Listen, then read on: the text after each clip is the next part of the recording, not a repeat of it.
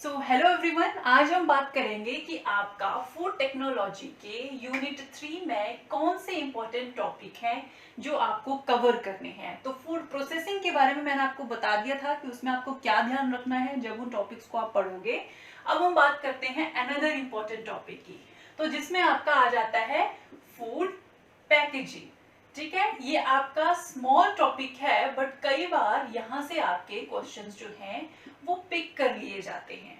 So food packaging में again आपको यहाँ पर पता होना चाहिए कि इसका फंक्शन क्या है फूड्स में, ठीक है, और इसका पर्पस क्या है, क्यों फूड पैकेजिंग जो है वो आपकी इंपॉर्टेंट है फूड इंडस्ट्री में। ठीक है, नेक्स्ट आपको इसमें ध्यान रखना है फूड पैकेजिंग में कि आपके फूड पैकेजिंग मटेरियल कौन से यूज किए जाते हैं। ठीक है, तो उसमें आपकी बहुत सारी टाइप्स आ जाती हैं, जैसे पेपर हो गया, फिर आपका पेपर बोर्ड हो गया, ग्लास हो गया, या फिर आपके मेटल्स हो गए, या फिर आपका आता है plastic.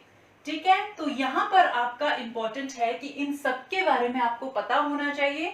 And the most important here is your plastic. ठीक है, प्लास्टिक को आपको एनी हाउ कवर करना है, इसके कितने टाइप्स होते हैं, कैसे इसको सिंथेसाइज किया जाता है, और जो इसके टाइप्स होते हैं उनकी मोनोमर यूनिट क्या होती है, कौन से प्लास्टिक की स्ट्रेंथ जो होती है ज्यादा होती है और कौन से प्लास्टिक की स्ट्रेंथ कम होती है, ये आपको इसमें ध्यान रखना है।